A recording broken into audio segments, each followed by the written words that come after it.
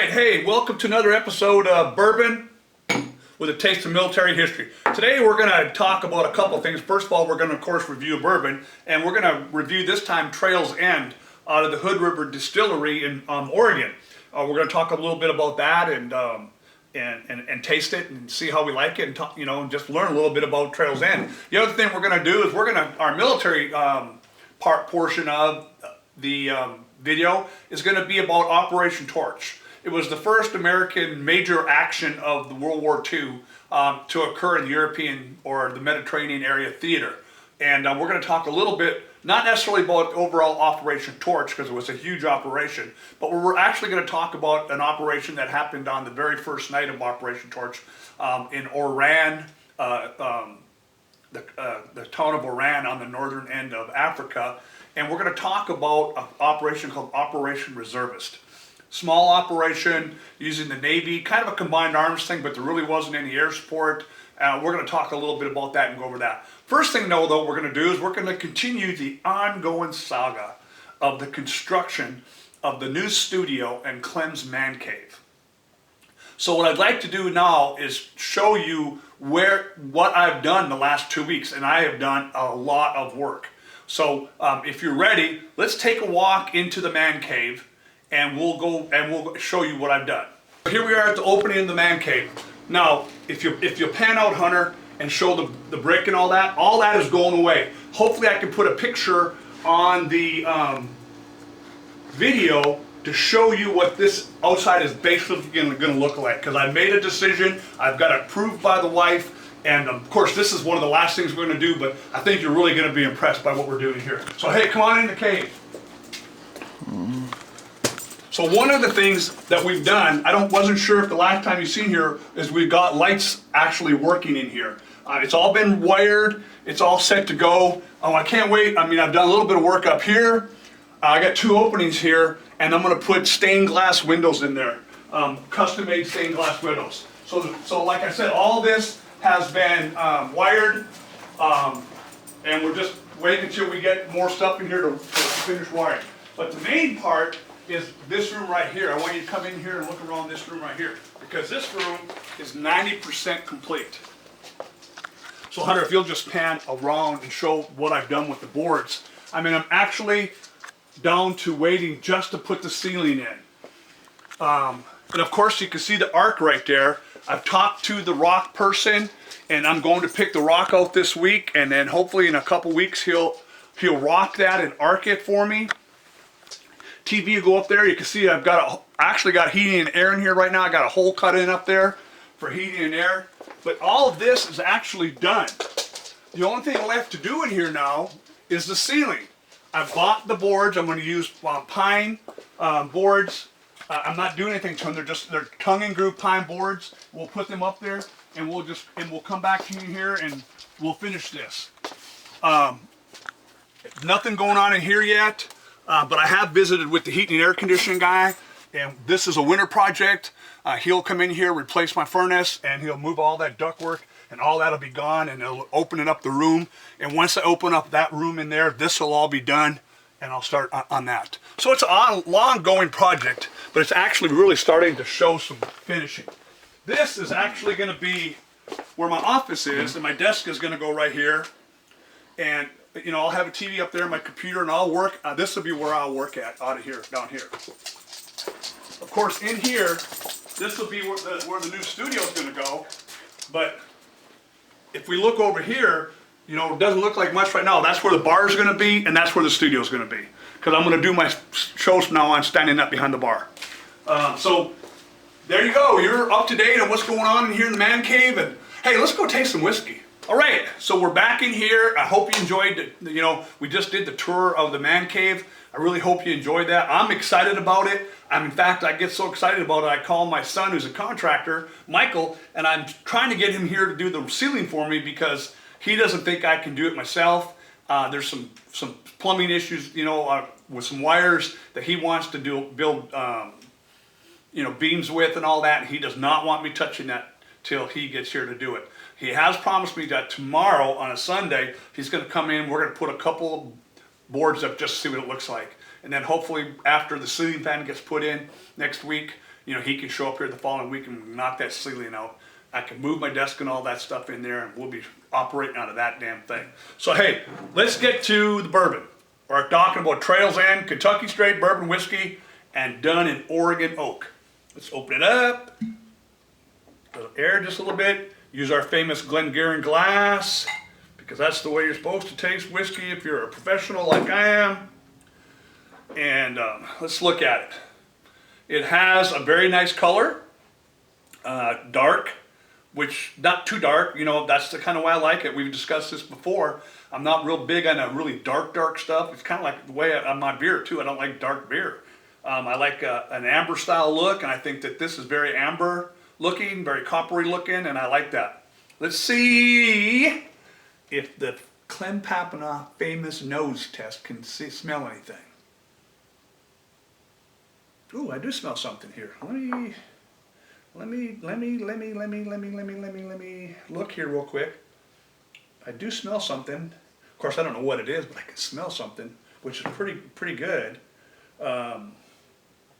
So there's supposed to be a floral, a honeysuckle, apricot, spearmint, and orange blossoms with roasted hazelnuts and traces of cereal sweetness and chocolate. Now, hold on for a second. What guy sits there when he's designing this bourbon and decides to mix a floral scent, the honeysuckle, apricot, spearmint, orange blossoms together, along with roasted hazelnuts? I mean, you must have an incredible imagination and to be able to do that, because those were ingredients I would never think about mixing. Yet come out.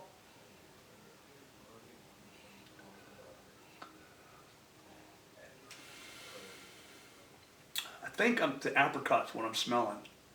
I'm not smelling the spearmint, which you would think might overpower it a little bit. All the rest of the things, I'm not getting any kind of nut taste. So, let's see. Ooh, nice legs. You see the legs? I don't know if you can see them on the video or not. Nice legs. Thing is really nice. Yeah, I like that. Let's see if we can get a little taste here, how that goes.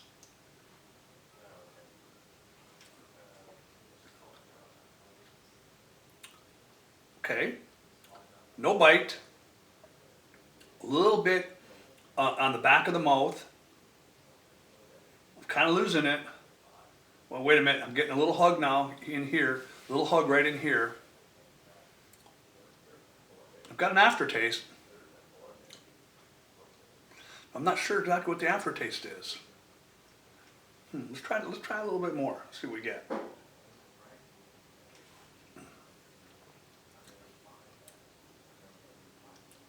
Ooh, got a little bit more bite that time. I don't know. But it's not bad. I mean, I think you could sip that if you wanted to and be okay just sipping it. Let's pour it over a little ice and we'll let it sit for a second while we talk about it. We'll close it here a little bit.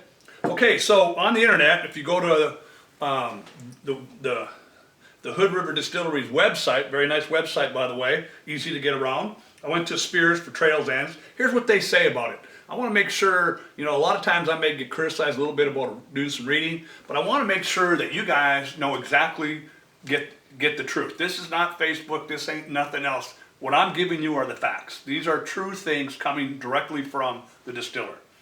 So it says here, Trails End Whiskey is an ultra premium Kentucky straight bourbon whiskey, finished with Oregon oak, crafted using premium barrels of Kentucky straight bourbon. Trails End traveled along the treacherous terrain from Kentucky to Oregon, following a path similar to the one that Lewis and Clark once blazed. Not too far from the end of the Oregon Trail, we finished the bourbon in Hood River with Oregon oak, and the result is exceptional. Okay, that's 2 or 3 things going on here. So their bourbon is actually distilled in Kentucky. I'm not sure what it's loaded into, maybe just some vats. And then it's transported along the Oregon Trail. Lewis and Clark, blazed that trail a long time ago when they were discovering the U.S., the western parts of the U.S. So that's pretty cool to talk about that. I mean, kind of puts a little bit of character, a little history up to it. And then they used Oregon oak. Now, I've never had any whiskey or bourbon that has been distilled or aged in Oregon oak. So I think that's pretty cool. They say the taste is a smooth entry of sweet malt and chocolate, bolstered by a toasted hazelnut with notes of tobacco and a touch of rye. A nice weight on the palate. Bingo! That's what I'm tasting. I am a rye guy. I like rye. So this is not a rye whiskey, but it's done a little bit like rye. 90 proof, batch number 2, Kentucky straight bourbon whiskey in Hood River, Oregon. Nice bottle, heavy. It's crafted with 8-year Kentucky straight bourbon. So this is 8-year-old whiskey. I tell you what, I am not disappointed.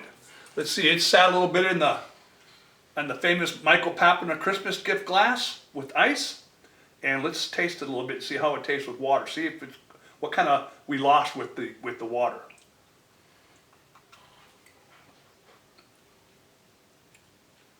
Oh, brings up a totally different taste. I think I'm tasting a little bit of oak. What else am I tasting? There's something I really like. It's kind of not a tobacco taste because I don't like that smoky tobacco taste. But there's a dark taste back in there somewhere. A little bit. It's kind of darkish.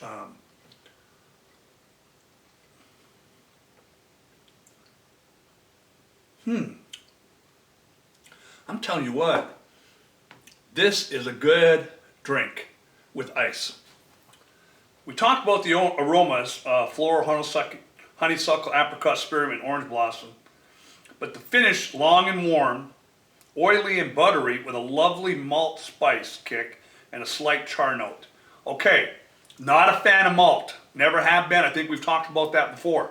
But I think what I'm tasting is that slight char note. 90 proof. It's won several awards. Gold Outstanding Whiskey of the World 2018, Double Gold New York World Wine and Spirits Competition in 17, got 97 points in the Ultimate Spirits Guide in 2016, and Double Gold at the San Francisco World Spirits Competition in 2016. So, the distillery is located at 660 Riverside Drive in Hood River, Oregon. They do tours, and I think you should go there. I told you I was impressed with their website, and I am. I think that this is a keeper. It's priced, and I'm not sure where I bought this, but I think I bought this on my trip out to California to pick up my son. But this is priced in the mid-40s for a 750 bottle, a 750 milliliter bottle. So not too bad, a little higher than what most people like, but I think that you will be pleased with that at $40 some. I think you will be okay. So we're going to go here, and now we're getting ready to go into the battle. So we're going to talk about Operation Torch. It's the war in North Africa in 1942. Now I'm going to put some maps up and some pictures up to kind of help us along a little bit with it. But just to give you a little bit of a background on it, this battle occurred in the fall of 1942. Let me get to here, part 1 here in this book. By the way, we talk about history books, and I told you that I read history every morning after I get up and I do some computer work in my library. Oh, by the way, with the library, I've actually at 3,200 books entered into my database now and growing. So I'm constantly knocking that out, hitting it. But after I do that, I like to go upstairs and relax and do a little, what I call a history lesson. It's my history class. So this is the second book I've chosen, and it's the trilogy that Rick Atkinson put out a while back. It's about World War II in the European area. And the first book, of course, is called An Army at Dawn. It's the war in North Africa from 1942 to 1943. It's volume 1. And Rick Atkinson is a heck of an author. He has done impeccable research on this book, and I have learned I have a master's degree in military history, and I'm supposed to know a little bit about a lot. In Operation Torch, I remember doing a paper on Operation Torch during my master's time, but I didn't really know a lot about the failings of the United States and Britain and the problems they had with the French in the beginnings of Operation Torch and the battle for North Africa. I mean, of course, it's well documented about the troubles that, Patton and all of them had with Rommel, the Desert Fox, and that's where he made his name, was in North Africa. But it's the beginnings of the battle that I'm reading. I'm on page 300 now of this book.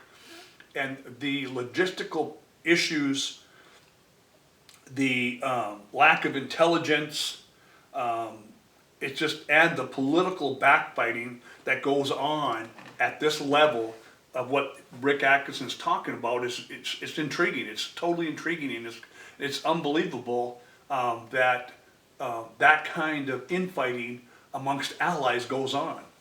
So, and that's really probably why I chose this thing we're going to talk about today, Operation Reservist, because it's so typical about what happens. It should never have happened. This operation should never have happened. So let's talk a little bit about what we got going on here. So I'm going to put some maps up, and we're going to talk a little bit about what happened. I need to go back here a little bit and check something out here, because I want to make sure that we are on the same page and that I know what I'm talking about. So the landing was 230 nautical miles southeast of Gibraltar, or Oran. It's perched above the sea, a splinter of Europe cast onto the African shore. 200,000 people were living there in 1942. 3/4 were European, which was amazing to me. This is North Africa, and you would think that it would be occupied by people from Africa, Moroccans, whatever. But no, most of the people that lived there in Algeria at the time were North Europeans. That's just amazing to me. The town was believed to have been founded in the 10th century by the Moorish merchants from southern Spain. It was sacked, rebuilt, and sacked again. Oran eventually found enduring prosperity and piracy, ransom paid for Christian slaves, and built the Grand Mosque, the greatest on the old pirate coast. Now, of course, everybody understands, the Barbary Coast, which is what this area was at one time, which was the slave trading, and the pirates were all there. And actually, this is what bore the United States military as a world power when they fought, the Marines were first formed, and they fought the Barbary. We took the battle to them on the Barbary Coast, and we fought the Barbary pirates on their own territory in the Mediterranean. It's what established the U.S. as a world power. It established a standing army. It showed that we have global presence within the military community of the world, and it started the U.S. Marine Corps. I'm not a Marine Corps, but Semper Fi. So the plan was British all along, Operation Reservist. It was concocted in August and codenamed Reservist. The attack, similar to a successful British operation 6 months earlier against the Vichy forces in Madagascar, was designed to forestall the sabotage of Oran's port. British intelligence estimated that French sailors would need only 3 hours to scuttle all the merchant ships inside the port and at Turquoise, and another 12 to sink the huge floating docks across the harbor entrance. To encourage a friendly reception from Anglophobic defenders, the British also proposed using mostly American troops aboard 2 Great Lake cutters. Incredible. So we had 2 Coast Guard cutters that prowled the seas, the Great Lakes. We call it, they're like seas, and we discarded them and gave them to the British. And they named them the HMS Whaley and the HMS Hartford.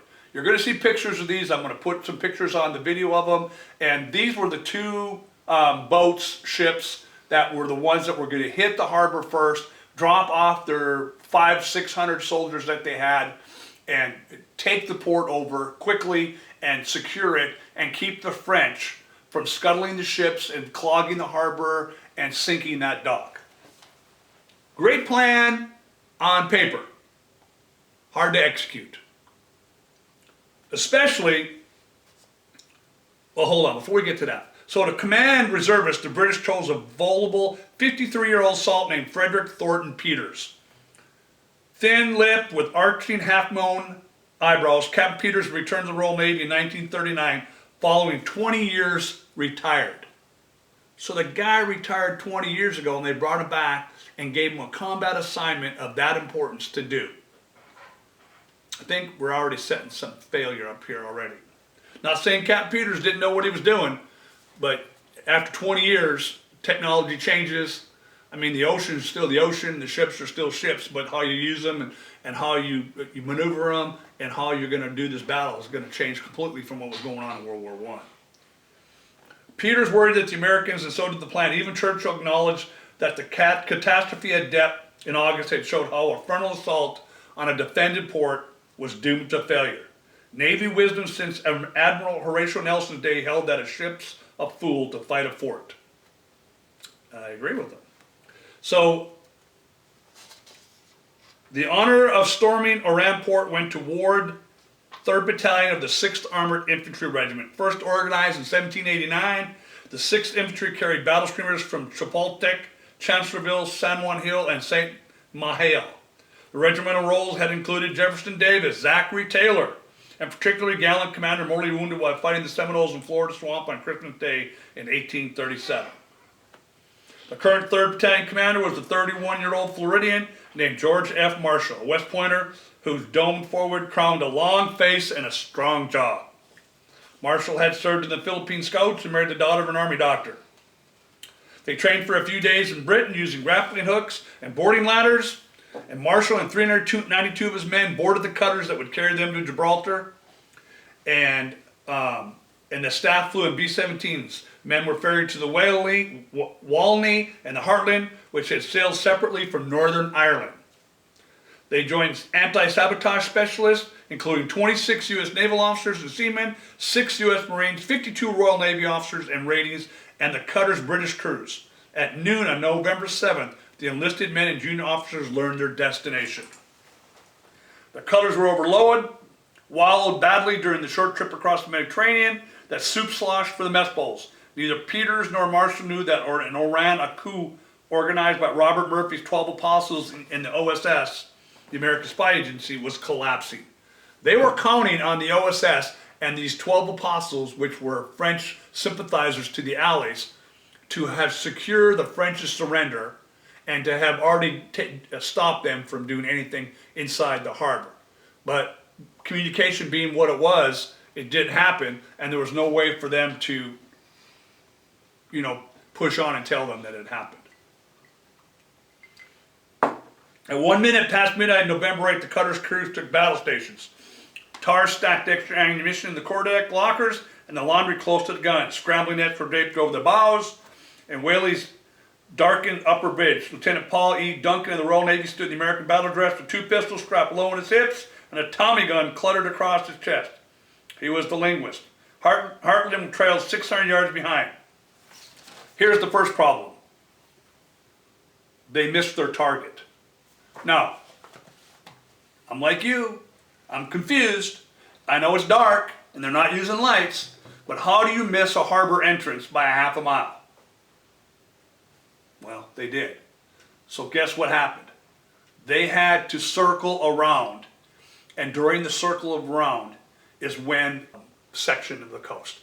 The only place that it actually did was successful was a lot further down the coast. They were able to land there no problem.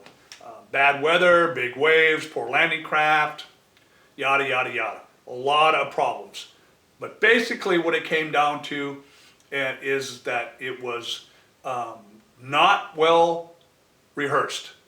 The Americans, the British, combined Army, Navy, have not really practiced together, worked together. And when you don't have that cohesion that you need, especially in a battle, especially at nighttime without lights, trying to do this, you're going to have issues. And that's what happened with Operation Reservist. Could have succeeded had it been done correctly, but as it's found out in combat, things happen, and sometimes the best laid plans are misled. So, with that being said, pretty much that's all we have for today. A good bourbon, I think you should go to your stores and get Trails End. I think that you'll enjoy it. I think it'll be work well with your collection. And I think for those that want to try something a little bit different from the norm, I think you're going to be pleased with it. I know I am. I'm going to enjoy this right here. And I think we're getting ready to say goodbye. You know, even with that water still doing it, it still doesn't lose its taste. I'm very impressed with this bourbon. I'm going to buy another bottle next time I'm out west. In fact, hopefully, you know, that'll be this winter. So, with all that being said, keep drinking bourbon out there, guys. Enjoy this. Hey, if you like my video, hit like, hit the share button, do the little bell icon up in the corner to let you know when I put new ones out. I'm trying to do them once a week now, once every 2 weeks. And share them with your friends. And definitely, most definitely, put a comment in or two in there. And tell me what I'm doing good, what I'm doing bad. I'm always trying to do some little different things here to make them a little bit more enjoyable for you. I'm still having fun doing them. I'm going to continue to do them, even though my viewership is not that big.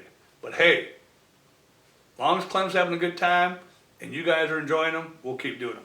So, keep drinking bourbon, and we'll see you next time.